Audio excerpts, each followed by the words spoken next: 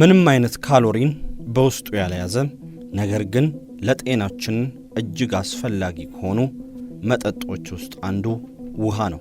ውሃን በየቀኑ መጠጣት እንዳለብን በተለይም ደግሞ 8 ብርጭቆና ከዛ በላይ በየቀኑ መጠጣት እንደሚኖርብን የተለያዩ የጤና ባለሙያዎች ነግረውን ሊሆን ይችላል። ይህ ጥናት የመጣው ታዲያ በፈረንጆቹ 1945 አሜሪካ ውስጥ በተደረገ እጅግ በጣም አነስተኛ ሊባል በሚችል ጥናት ነው። በዚህ ጥናት መሰረትም አንድ ሰው በቀን ውስጥ 2 ሊትር ውሃ አሊያም ደግሞ 8 ብርጭቆ ውሃ መጠጣት አለበት ተብሎ ተወሰነ። ነገር ግን ከዛ በኋላ የተለየና ይሄ ነው የሚባል ጥናት ከውሃ ጋር ተያይዞ እስካሁን ድረስ አልተጠናም። አብዛኛው ሰው ውሃን መጠጣት ለጤናው ጠቃሚ እንደሆነ ያውቃል። ሰውነታችን ስራውን በአግባቡ እንዲሰራ ከሚያስፈልጉን ነገሮች ውስጥ አንዱ ውሃ ነው። ነገር ግን ውሃን ከመጠን በላይ መጠጣት ወይም ከሚጠበቀው በላይ ውሃን መጠቀም ለጤና ችግር ሊጋልጠን እንደሚችል ግን አብዛኛው ሰው አይረዳም። ታዲያ በዛሬው ዝግጅታችን ላይ አንድ ነገር እናነሳለን። ውሃን ከመጠን በላይ መጠጣት ምን አይነት ጉዳት ያስከትላል? ጎን ለጎንስ ደግሞ ምን ያክል ውሃን በቀን ውስጥ መጠጣት አለብን የሚለውን የምንመለከት ይሆናል። ላይክና ሰብስክራይብ እያደረጋችሁ እስከ ፍጻሜው አብራችሁን ቆዩ። የዛሬውን ዝግጅት ይሄን በማለት እንጀምር። በቀን ውስጥ 2.5 ሊትርና ከዛ በላይ ውሃ መጠጣት ለማንኛውም ሰው ግዴታ ነው የሚለው ጥናት ስህተት መሆኑን ዛሬ ማንሳት እንፈልጋለን። ይህንን ስናነሳ ግን ያለ ምክንያት አይደለም። ሰውነታችን የሚፈልገው ውሃ እንደ ሰው ይለያያል። ሰውነታችን እጅግ በጣም ትልቅ ከሆነ አሊያም ደግሞ ወፍራም ከሆንን የሚፈልገው የውሃ መጠንም የዛኑ ያክል ከፍ እያለ ይሄዳል። በተቃራኒው ቀጠን ያለ አነስ ያለ ሰውነት ካለን ደግሞ ሰውነታችን የሚያስፈልገው የውሃ መጠንም ዝቅ ይላል። ከዛ ጎን ለጎን ግን የምንኖርበት ቦታ ወሳኝ ነው።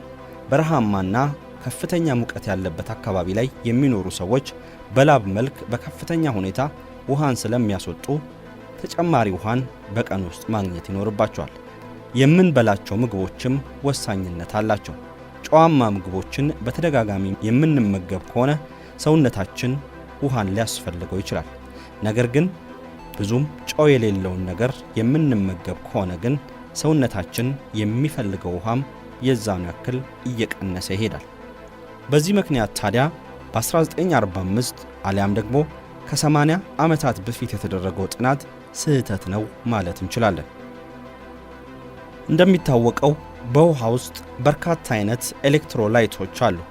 ታዲያ እነዚህ ኤሌክትሮላይቶች ለሰውነታችን አስፈላጊ ቢሆኑም ከመጠን በላይ ሲሆኑ ግን በሰውነታችን ላይ ሌሎች ችግሮችን ሊፈጥሩ ይችላሉ። ሰውነታችን አብዛኛውን ነገር በተመጣጠነ መልኩ መጠቀም ይኖርበታል። ታዲያ ከመጠን ያለፈ ውሃን ስንጠቀምም እነዚህ ኤሌክትሮላይቶች በሰውነታችን ውስጥ ይበዙና ይበልጥ ለሌላ ተጨማሪ የጤና ችግር ልንጋለጥ እንችላለን። በተለይም ደግሞ ሶዲየምን የመሰለ በውሃ ውስጥ ያለ ንጥረ ነገር በሰውነታችን ውስጥ በከፍተኛ ሁኔታ የሚበዛ ከሆነና አላስፈላጊ ወደሆኑ ሌሎች የሰውነታችን ክፍሎች የሚያመራ ከሆነ በእኛ ላይ ግራ የመጋባት ስሜትን ሊፈጥር ይችላል።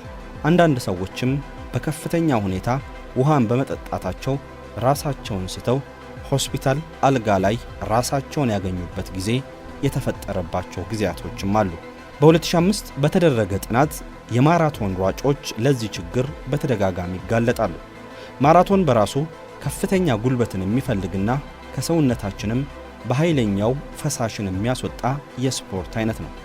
ታዲያ እነዚህ የማራቶን ሯጮች ከሚያስፈልጋቸው በላይ ውሃን መጠቀማቸውን ተከትሎ 13 በመቶ የሚሆኑት የማራቶን ሯጮች ራሳቸውን በመሳት ወይም ደግሞ ከመጠን በላይ ውሃን በመጠቀም ሆስፒታል ለመግባት ተገደዋል።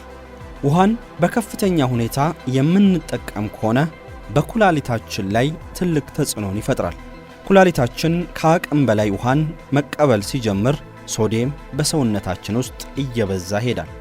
ከዛ ባለፈ ግን ከኩላሊታችን የሚመነጨው አዴናል የተባለው ሆርሞንም ሙሉ ለሙሉ እንዳይመነጭ ሊያደርግ ይችላል። ያማይመነጭ ከሆነ ደግሞ ሰውነታችን ነቃ ብሎ እንቅስቃሴዎችን እንዳያደርግ ያግደናል። ብዙ ጊዜ ሰውነታችን ላይ ድካም የሚሰማን ከሆነ የምንፈልገውን እንቅስቃሴ በምንፈልገው ሁኔታ የማንፈጽም ከሆነ ምናልባት ከመጠን ያለፈም ውሃን እየተጠቀምን ሊሆን ስለሚችል ጥንቃቄ ማድረግ ይኖርብናል። የኩላሊት ዋነኛው ጥቅም ወደ ሰውነታችን የሚገባውን ፈሳሽ በተለይም ደግሞ ውሃን ተቆጣጥሮ አስፈላጊውን ለሰውነታችን የሚያስፈልገውን መጠን ወደ ተለያዩ የሰውነታችን ክፍሎች ማሰራጨት እንደሆነ ይታወቃል። ነገር ግን ውሃን ከመጠን በላይ የምንጠቀም ከሆነ ኩላሊታችንም ሥራ እየበዛበት ይሄዳል። በሚፈለገው ደረጃም ውሃን ማጣራት አይችልም ማለት ነው። አብዛኛው ሰው የማይረዳው ሌላኛው ጉዳይ ከምንመገበው ምግብ በራሱ ከፍተኛ የሆነ ውሃን እናገኛለን። አብዛኛዎቹ ምግቦች በውስጣቸው ውሃ አለ። በሰውነታችን ውስጥ የሚያስፈልገውን ውሃም ከምግቦች ማግኘት እንችላለን። ምግብ በውስጡ ውሃ ባይኖረው ኖሮ ለመታኘክ እንኳን ከባድ ይሆንብን ነበር። በዛም ምክንያት በምግባችን ውስጥ ውሃን ማግኘት እንደምንችል መረዳት ይኖርብናል። በተለይም ደግሞ ከምግቦች የምናገኘው ውሃ ከሌላ ውሃ በተለየ እጅግ ንጹህና ለሰውነታችንም እጅግ አስፈላጊ ነው ይባላል። ውሃን በከፍተኛ ሁኔታ የሚጠቀሙ ሰዎች በርካታ ችግሮች ያጋጥሟቸዋል። ከነዛ መካከል አንዱ ደግሞ የመጠማት ስሜትን ማጣትን ልንመለከትባቸው እንችላለን። ሰውነታችን በተፈጥሮ ውሃን ወይም ደግሞ ፈሳሽን በውስጡ የማያገኝ ከሆነ መልእክትን ወደ አእምሯችን ያስተላልፋል። ሁሌም ግን ሳይጠማን ውሃን በተደጋጋሚ የምንጠጣ ከሆነና ሰውነታችንም ከበቂ በላይ ውሃን የሚያገኝ ከሆነ የጥማት ስሜትን እየረሳ ይሄዳል። በዚህ ምክንያትም ሲጠማን ሰውነታችን መልእክትን አይሰጠንም ማለት ነው። ከዛ ባለፈም ውሃን በምንጠጣበት ሰዓት አብረን ብዙ ምግብ መመገብ የለብንም። ምክንያቱም ሰውነታችን በራሱ ምግብ እንዲፈጭ የሚያደርጉ በርካታ ኢንዛይሞች በውስጡ አሉ።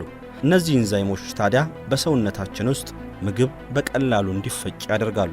ውሃን ደጋግመን የምንጠጣ ከሆነ በተለይም ደግሞ ምግብ እየበላን ውሃን የምንጠጣ ከሆነ የእነዚህ ኢንዛይሞች የመፈጠር ዕድላቸው እየቀነሰ ይሄዳል።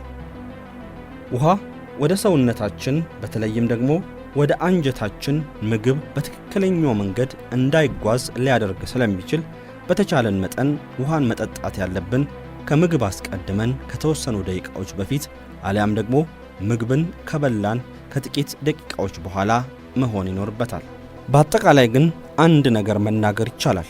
ውሃ ለሰውነታችን አስፈላጊ ከሆኑ ንጥረ ነገሮች ውስጥ አንዱ ነው። እንደዛም ሆኖ ግን ውሃን ከመጠን በላይ መጠጣት የለብንም።